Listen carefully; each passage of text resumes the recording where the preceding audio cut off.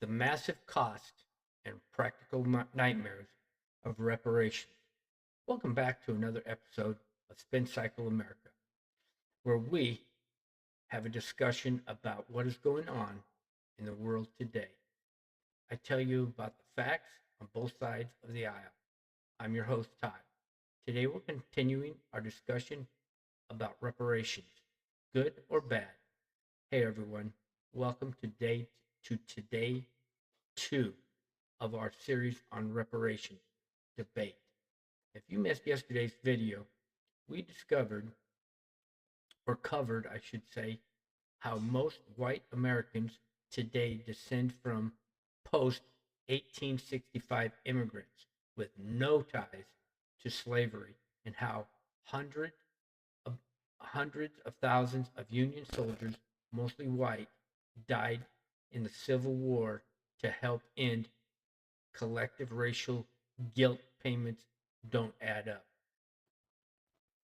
So today we're diving into cold economics and the enormous costs, who would actually pay and benefit, and why this policy would create more problems than it solves. Slavery was immoral and it was a horror, but turning that into trillion-dollar racial transfers today raises huge practical questions. Let's get into the numbers starting off. So the staggering price tag is this.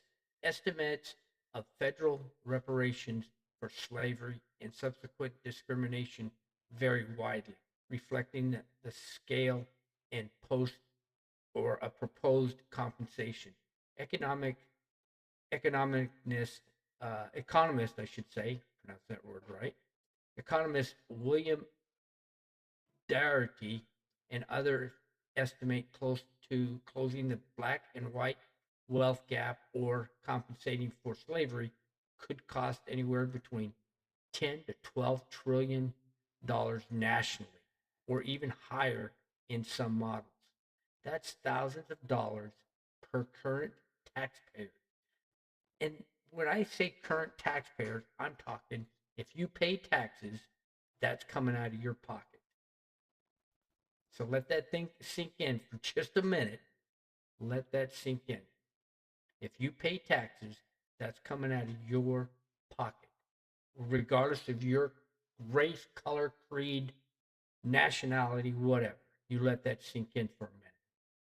Now, some proposals suggest $350,000 per eligible recipient. So that's roughly what they would get. California alone looked at it over $800 billion for its black residents. But my question is this: who do they consider eligible? So who do you consider eligible for this? Total black immigrants today is about 5.6 million. This includes Caribbean and African and etc. So within that area, this makes up about 13 to 14% of overall U.S. black population. So the bottom line is this: the vast majority of today's African and black immigrants and their descendants arrived long after slavery ended, overwhelmingly in the last 40 to 60 years. So think about it, people. If you're black, you were not here, or you were not part of that descendant of those who were enslaved. Think about it. The strength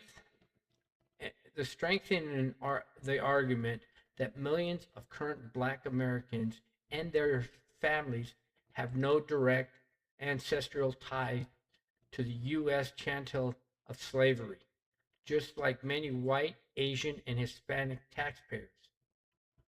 So none of us have any ties to that portion of our history. It was bad. It was sad. It's a black mark on the United States history. Who foots this bill? Current current working Americans, your taxes, inflation, or debt. This includes, now here's the big thing, here's the kicker. All right. So here's who's going to flip this bill: low income white families in Appalachian or Midwest, Asian and Hispanic immigrants, recent African immigrants, now about 11% of the U.S. black population. Black taxpayers themselves would also partially fund it. So think about it, people. Some of you people out there who are asking for reparations might end up paying for part of that bill. Think about that. You're wanting reparations, but you're not thinking this through. You may have to pay part of that bill. So that this isn't making America pay, it's making today's diverse population pay the events from 160 plus years ago. And once you start, where does it stop? The precedent for endless claims is dangerous. So, who qualifies? Well, I mentioned that a few minutes ago. Who does? Figuring out who deserves it is a nightmare. Not every black American today descendants directly from U.S. chattel slaves. Black immigrants from Africa and the Caribbean have grown rapidly. Over 10% of the black population are immigrants, with African born numbers quadrupling recently. So, how do you group these numbers? How do you figure this out? You tell me. This is beginning to sound more and more like a political stunt and a racial ploy than really thinking about the ratifications this is going to have on the population or on the nation financially, and the population, and especially the poor and lower middle class, as well as the immigration from other countries that migrate over to this country correctly. So proving lineages for 30 million people, how do you do that? DNA test? Government panels deciding ancestry? Is that true? So this invites fraud, division, and bureaucracy. You see the fraud already in other states such as Minnesota and California. So this is going to open that door up bigger and wider in those states, as well as other states. And I don't like to point fingers, but you've already got it in a lot of the Democratic states. So what do we do? Can you imagine what kind of fraud this would bring? Now think about it. What about black slave owners in history? It's a small but real number. So there was blacks who owned slaves back then in the United States. What about them? Meanwhile, many black Americans have made real progress since the civil rights era. The black middle class exploded from around 10 to 15% in the 1960s, and over 40% of blacks or today. So home ownership for black married couples is around 75%. Black two-family or two-parent families have incomes close to white Americans. But what one party is showing is a false reality. They are always taking and talking and putting down the black population. So what's happening is the black population is listening to the Democratic Party or that party there, and not actually looking at the numbers and what is reality. So people need to start looking at reality and not listening to other things. Is this is this a representation of the black population? So I see this on X every day. The black population fighting each other and fighting whites or threatening whites. Is this a true statement or an algorithm of what a particular black party wants you to believe. Is that true or false? Is that just something that keeps getting put on there? Is an AI producing that? Is somebody putting that out there produced by an AI, like uh, one of the AI programs that's out there? Poverty rates dropped dramatically post 1960 before stagnating. This shows opportunity exists, but also most distant history isn't the only factor today. So what actually drives outcomes today? Reparation assumes slavery legacy is the main driver of modern gaps, but data tells us more. Single parent households are the huge factor. Black children are more likely to grow up in a single mother home than these households have much higher poverty rates, about 44 or around 44% for black single parent versus much lower than married families. This pattern holds across all races. Marriage and stable families strongly predict success. Other drivers are the education gaps, cultural attitudes toward work. People who don't want to work. You see it all the time, wanting and demanding uh, stamps and those handouts. People need to work. They just don't want to work. Delayed gratification, policy failures like the war on drugs, welfare incentives that discourage two-parent homes. Post 1960s, progress slowed in some areas despite trillions spent on anti-poverty programs. So there's been programs out there, but things have changed. Focusing on reparations distract us from proven lifts. In other words, things that help us better, such as better schools. In other words, choice and vouchers.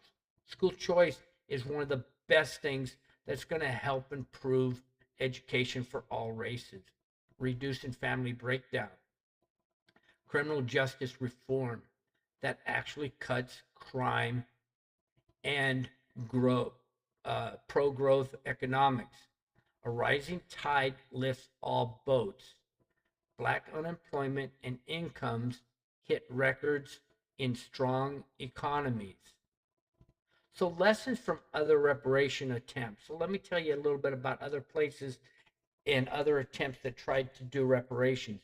History shows cash reparations for ancient wrongs rarely heal divisions. Germany's Holocaust payments were targeted to specific living victims and survivors, not broad racial groups or generations later. Japanese American interment redress was also directed for victims. None of these programs worked. Broad group-based programs often breed resentment without closing the gaps. So none of these programs work for these people. You can see it now over there uh, in Ukraine and a few of these other places that none of them have worked for them. They treat people as victims or villains based on ancestral, undermining the individual responsibilities that built America's success. This would breed hatred toward another group of people, and racism would never end or even slow down. Racism was kind of moving in a downward direction, and I'm not saying racism will ever end. It will never end, but it was going into a different direction. But in recent years, especially around 2004 or 5, you saw the big shift. Okay, Antifa and BLM, those things shifted it big time, and now it is out of control. So, in conclusion, reparations sound compassionate, but risk driving America further while delivering poor results. We should pursue equal opportunity under the law, not racial score settling. Build better communities through better education, better communication with Black organizations such as the NAA, the NAACP. They need to communicate better. They're not. A lot of times they point fingers or stand up. For example, when we just had this uh, conviction of a Black person killing a white person. If it's guilty, it's guilty. If they're innocent, they're innocent. If the if the if there's if they're proven guilty, then they're proven guilty. If they're proven innocent, then they're proven innocent. But that should be what it is. What do you think? So here, let me ask you another question. So what do you think? Do the costs outweigh the benefits? Comment below with the facts and respect. So this is day 2 of our week-long series. Tomorrow we'll cover constitutional issues, an alternative solution. Like and subscribe below and share if you're enjoying the facts over feelings approach. See you tomorrow on another episode of Spin Cycle America. You all have an outstanding day, and thanks again for listening.